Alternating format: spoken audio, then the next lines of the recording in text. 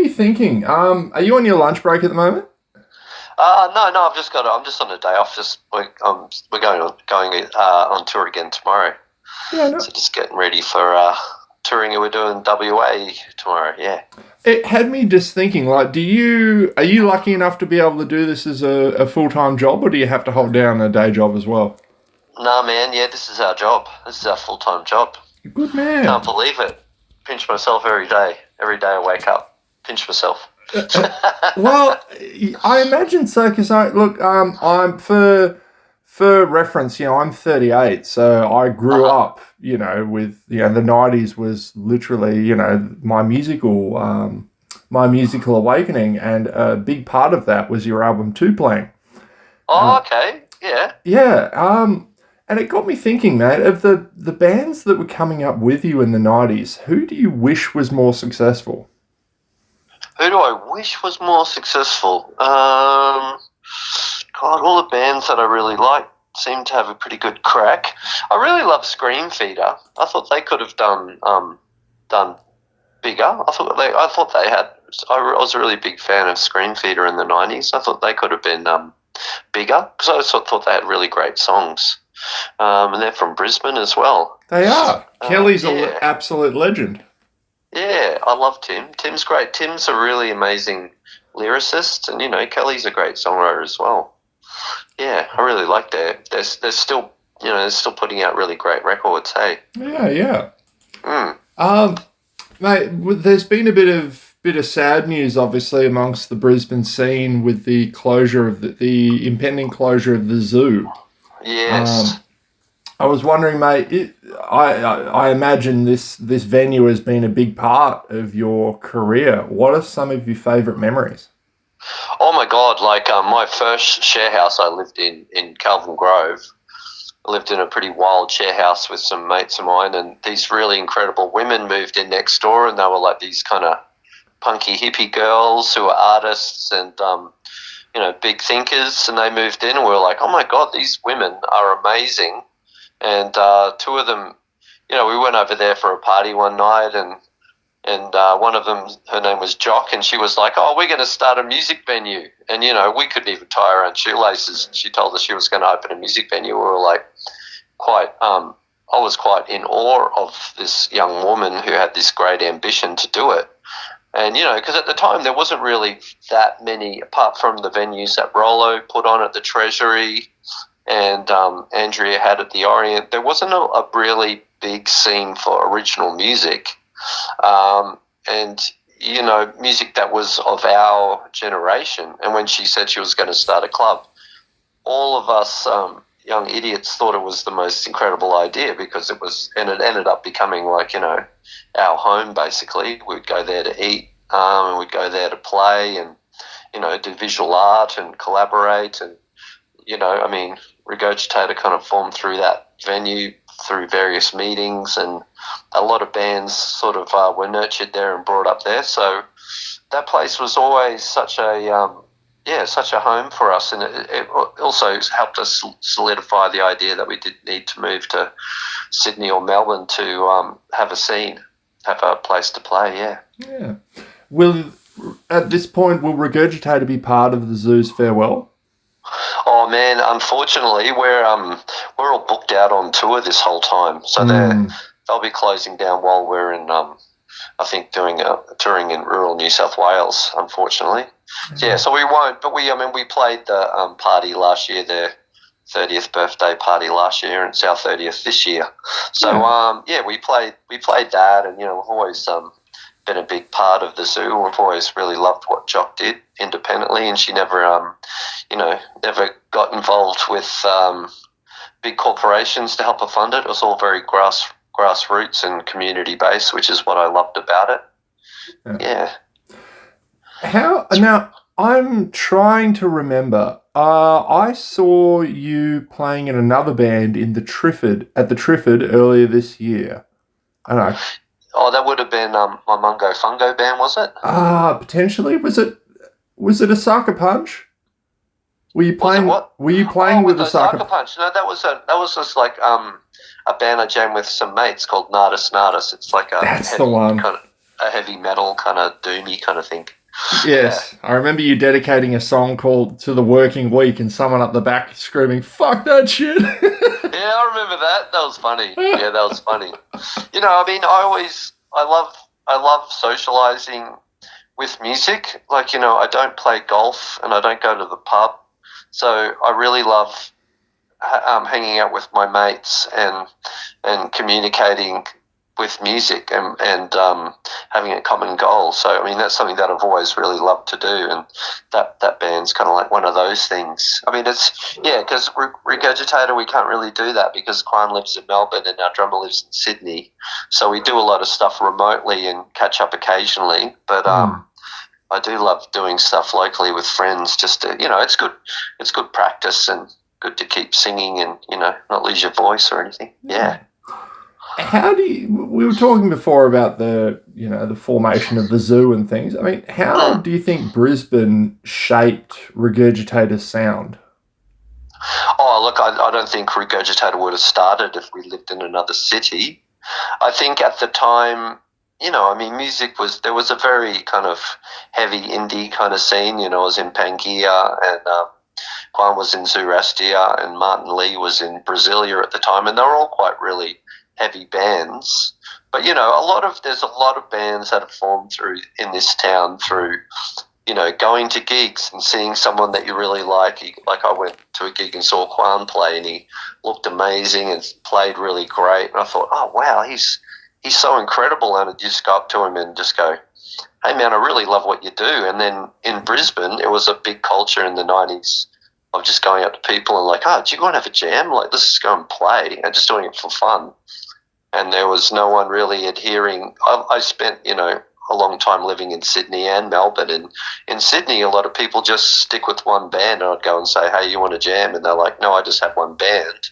And then in Melbourne, I found that a lot of bands of a similar genre would play together. So if you didn't fit into that genre, you wouldn't play with that band. Whereas in Brisbane, the difference I find to the other cities in Australia is it's more of a collaborative scene, and a lot of different genres will play with each other. Like there'll be, you know, a hippie band will play with a punk band and a reggae band or whatever. Like at the zoo, you know, you'd have a night where multiple genre bands would play on the same bill. I just think maybe because it was smaller, everyone just seemed to kind of, you know, hive together a bit more, perhaps.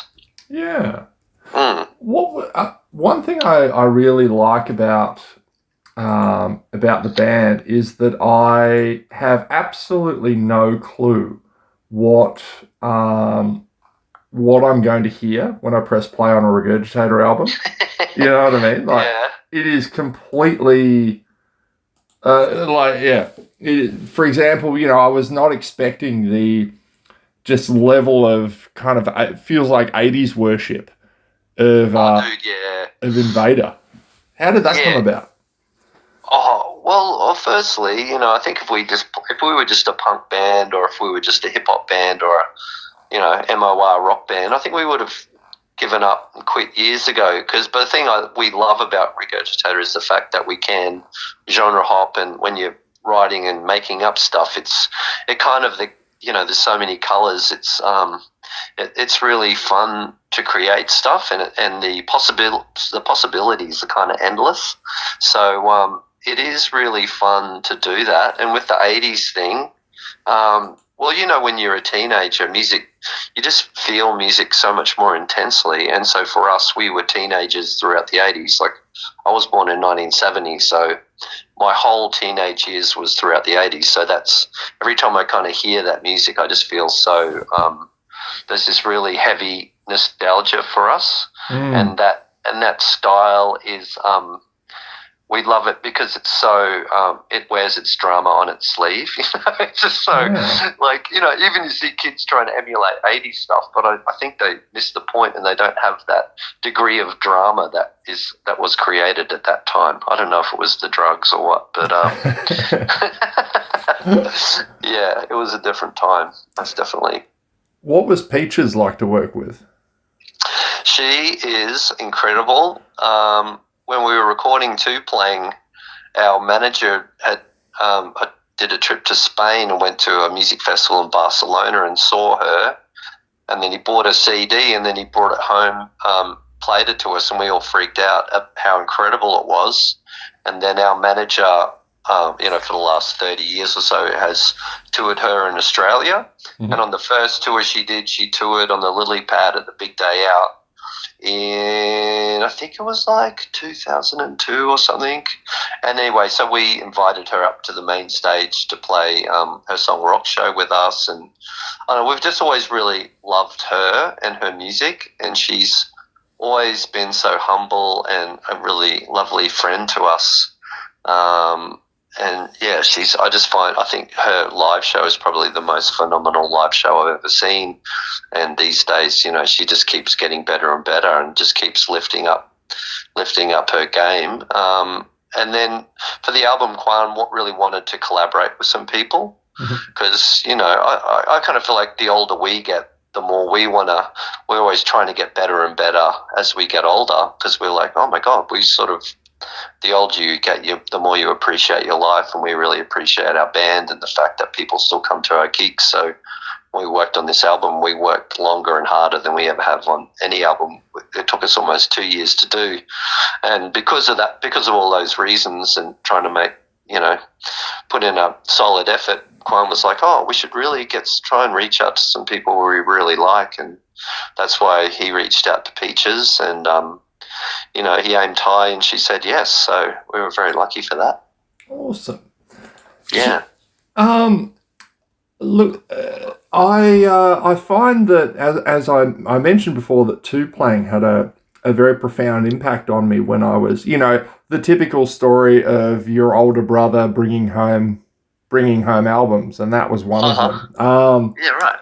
And I genuinely believe that Plang is one of the best Australian albums of the 90s. Thanks, mate. Full stop. No, easy. And genuinely, because it is absolutely, it manages to be so many different things at once, because you guys famously can just genre hop like no one else.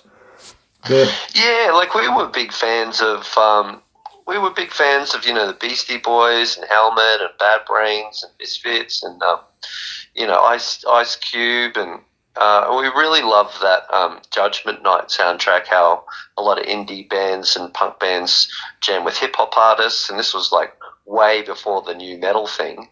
And, we were just completely fascinated by that album and the fact that these people could, apply their craft to different styles. And I think we just always have been, I think we're probably really huge music fans first. That's probably why we love to try and emulate our heroes, and that's probably why our name seems to suit the band quite well, because it just allows us to do whatever we want.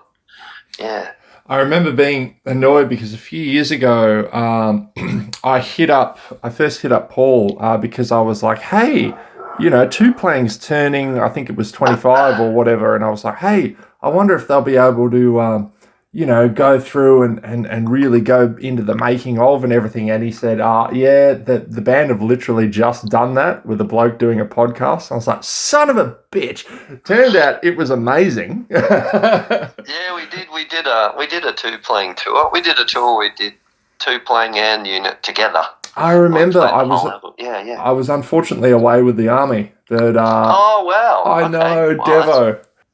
Oh man, like when we do those, like we said before, with those show where we play the whole of Plang in order, or we play the whole of Unit in order. When you actually play them in that sequence, it like unlocks this thing in my brain, in my subconscious, where it's like a time machine where it just takes you back, and it makes me feel how I did at that time, and it really teleports me emotionally back to that point in my life. Like, went through a pretty bad breakup during the Unit album, so when I play it, I just get all those feelings come back quite strongly. It's so it's all, it seems to be all of the songs in their sequence that seem to do it to me, where it teleports me back to this more naive place in my life, and it's kind of cool, but it's also a little bit scary. Yeah. Yeah, that's a bit weird.